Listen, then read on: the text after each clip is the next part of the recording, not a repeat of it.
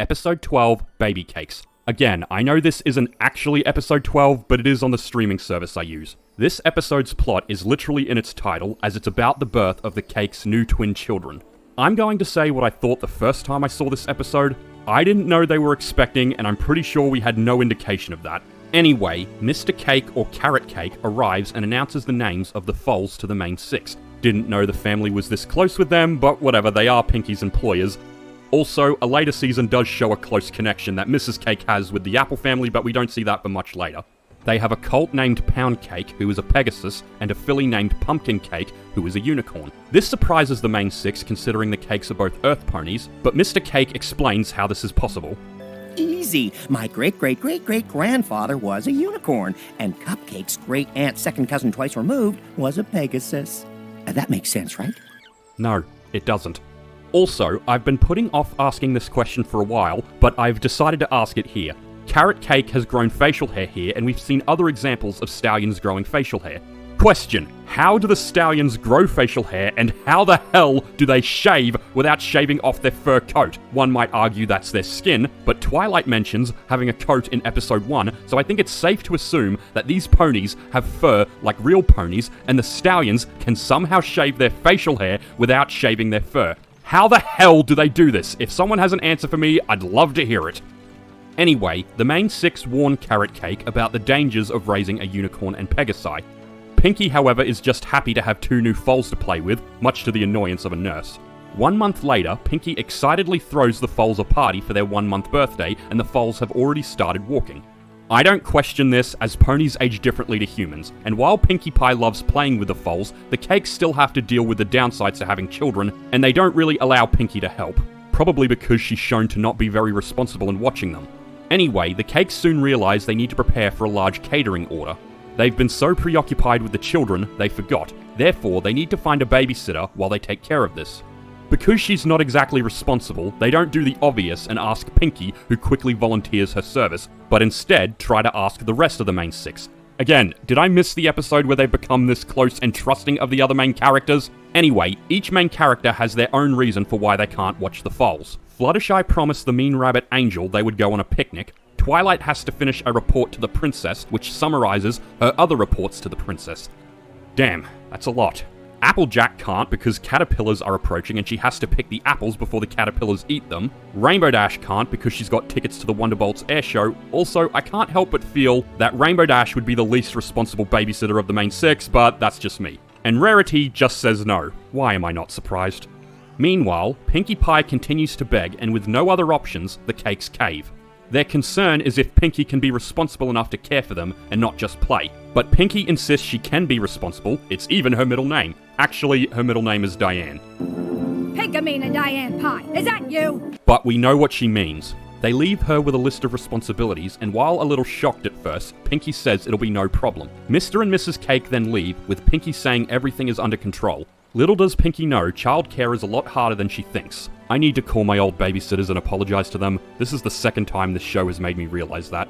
Pinky soon learns the difference between playing with children and caring for them. After the parents leave, they immediately start crying and Pinkie Pie struggles to calm them down. She even tries a stand-up show but fails to realize her humor is lost on toddlers. Singing to them makes them cry even harder.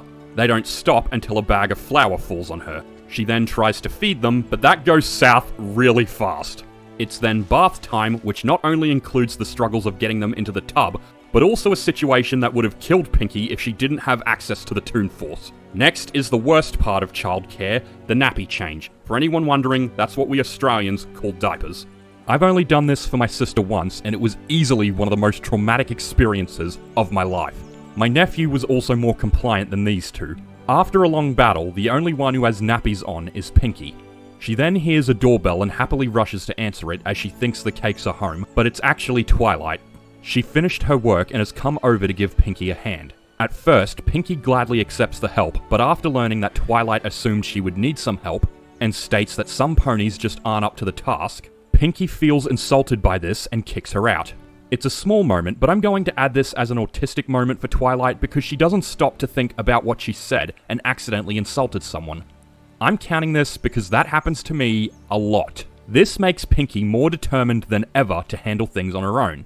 Pinky then goes into the foal's room and, using a more stern approach, gets Pound Cake to stop jumping on the bed and gets Pumpkin Cake to stop chewing things she shouldn't. She also manages to get them to go to bed because it's nap time. However, just as Pinky is about to leave, she sees that they have escaped. According to my parents, I did this a lot as a baby and was doing it even before I could walk. I don't know if that's true or not, but that's just what they tell me. Pinky frantically looks for them and manages to find Pumpkin Cake in the closet chewing on a rubber chicken. Pound Cake proves a little more difficult to find, mainly because he's learned to fly and is on the ceiling, much to Pinky's horror.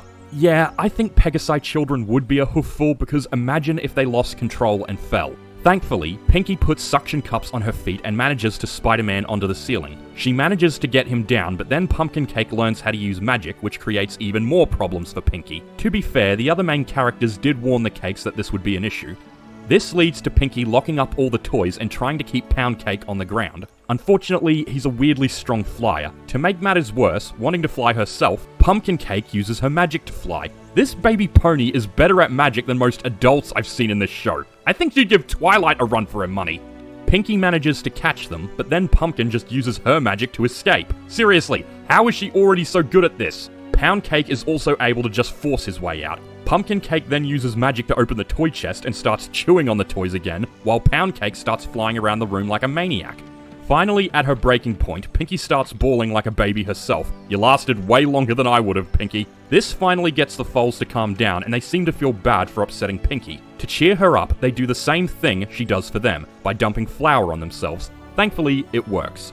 The foals then finally fall asleep, and Pinky starts cleaning up the mess they made while also giving us her lesson for the episode. While she loves to play with kids, she learnt that babysitting doesn't mean more playtime and is actually a big responsibility, and sometimes our desire for responsibility outweighs our ability to handle it. It's at this point that the Cakes return home, and upon seeing how well Pinky has done, they ask if she'd be willing to be their go-to babysitter. Pinky says never again, but after hearing the foals say her name, she agrees. I wouldn't.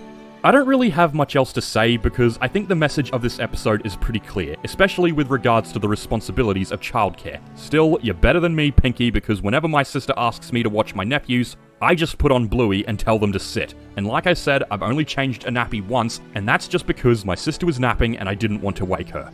I did anyway because I was making a lot of noises from disgust. Thanks for watching, please like and subscribe, and I'll see you at the next review.